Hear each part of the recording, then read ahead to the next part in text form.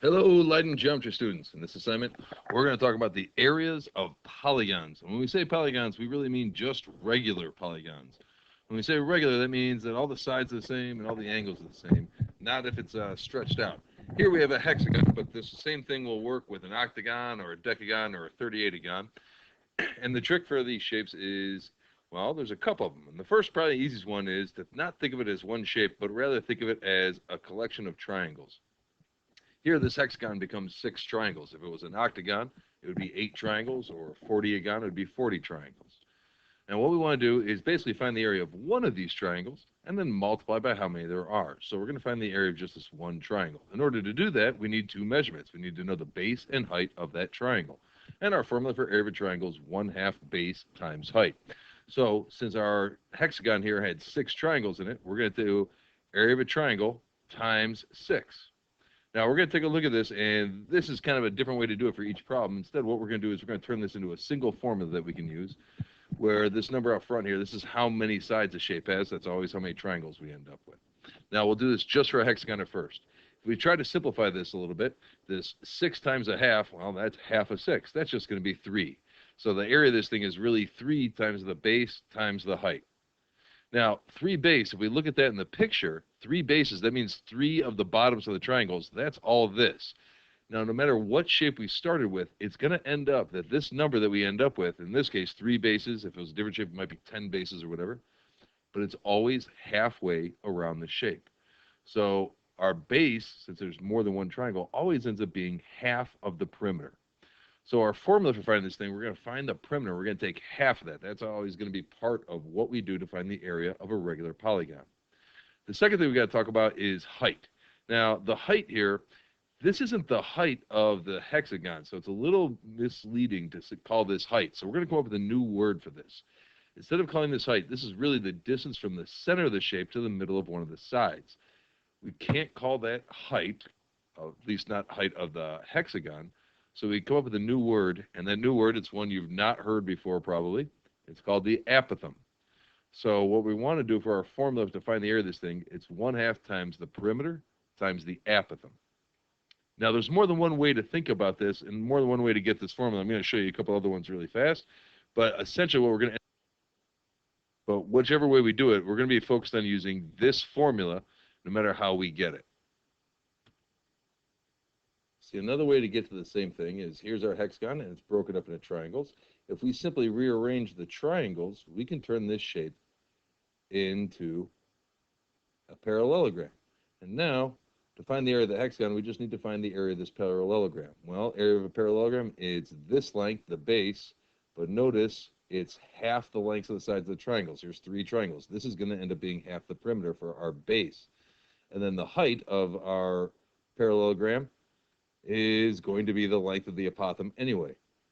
So we still, if we're going to find the area of a hexagon, it's still going to be 1/2 times the apothem times the perimeter. Yet another way to do it is to take your shape, in this case a pentagon, and to break up the triangles by drawing in the apothem, and you flatten them out, and we create just a straight line. Now notice the length of the bottom here, that's the perimeter. Now if we create new triangles, if we double this to create these extra triangles, they'll slide in and make a parallelogram. And the area of this parallelogram is the perimeter times the apothem. But only half of this parallelogram was in the original pentagon. Those yellow squares weren't part of it, so we take half of it. So once again, it's half the apothem times the perimeter to do this. One more weird way to show this. If we take a pentagon, again, draw in the apothem and break this thing up like this, we're going to create a triangle. Now, if you look at the triangle, the length across the bottom, that was the whole perimeter. So the bottom of this triangle is the perimeter, and the apothem becomes the height of one big triangle. And so our formula for the area of this triangle is 1/2 base times height, or in this case, 1/2 times apothem times perimeter, once again. So no matter which way you think about it, or even if you just want to use the formula, you're going to be stuck with this formula one way or another. The area is 1/2 times the apothem times the perimeter. The apothem is the distance from the center to the middle of the side, and the perimeter is the distance around the outside of the shape.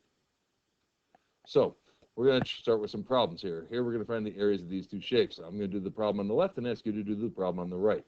So for this one, First thing we want to do is make sure we know the formula. The formula is area is 1/2 times apothem times perimeter. And then we're just going to start plugging in the numbers. In this case, the apothem, well, that's just given to us. The apothem is going to be 33. And the perimeter, well, we got to count up how many sides we have. 1, 2, 3, 4, 5, 6, 7 sides times 32 inches each. So it's going to be whatever 32 times 7 is. And that turns out to be 224. Once we know the apothem and the perimeter, we just plug everything into a calculator. 1/2 times 33 times 224. And for me, this becomes 3,696 square inches. You do the problem on the right the exact same way, except it's got a different number of sides and some different measurements. Okay, for that problem, you want to start by writing down your formula. Area equals 1/2 times apothem times perimeter. The 1/2 in the word area is not going to change, but we have to plug in the apothem. That should be the 14.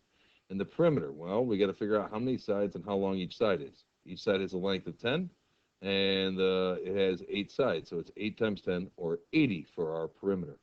Once we have this, we just plug all the numbers into a calculator, let the machine do the work, and we end up with 560 square feet. All right, see if you can do this problem without the guideline.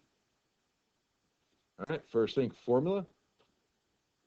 Figure out what we put in for apothem. It's going to be 5.1. It's given to us in the picture. For the perimeter, it's got 5 sides. Each one is 7.5 or 7.5. So we do 7.5 times 5, and we get 37.5. Once we have all this, just plug it into a calculator. 95.6 square units. One more normal one like this. Same thing. Find the area of this polygon, regular polygon. Okay, so our formula, area equals 1/2 times the apothem. Apothem is given to us in the picture. It's 16.5. What about the perimeter? Well, you have to count up how many sides and the length of each one. We end up with 12 times 9, or 108 for the perimeter. And then just calculate our away on the rest of this thing, and we're going to end up with 891 square units. One last problem to look at, and that's if we have to do the problem backwards. Here, we don't know the length of a side, but we know the area. We do have the apothem, though. But we basically do this the same way. We're going to start with our formula. Area is 1/2 times apothem times perimeter. We're going to have to plug in the numbers we know. The area is going to be 261. We got that right there. The apothem is the 8.7, and we don't know the perimeter. So 261 for area, 8.7 for apothem. What do we put for perimeter? Well, the perimeter is going to be whatever x plus x plus x plus x plus x plus x is, or it's going to be 6 x's. So we put a 6x here. And now we have an equation, and we just have to solve this equation for x. Start in a problem like this by simplifying whatever you can. For example, the easiest thing to do in my mind is to multiply the 1/2 times 8.7. 1/2 times 8.7 gives us 4.35. And then we're going to do the same thing with this. Let's multiply the normal numbers, 4.35 times 6.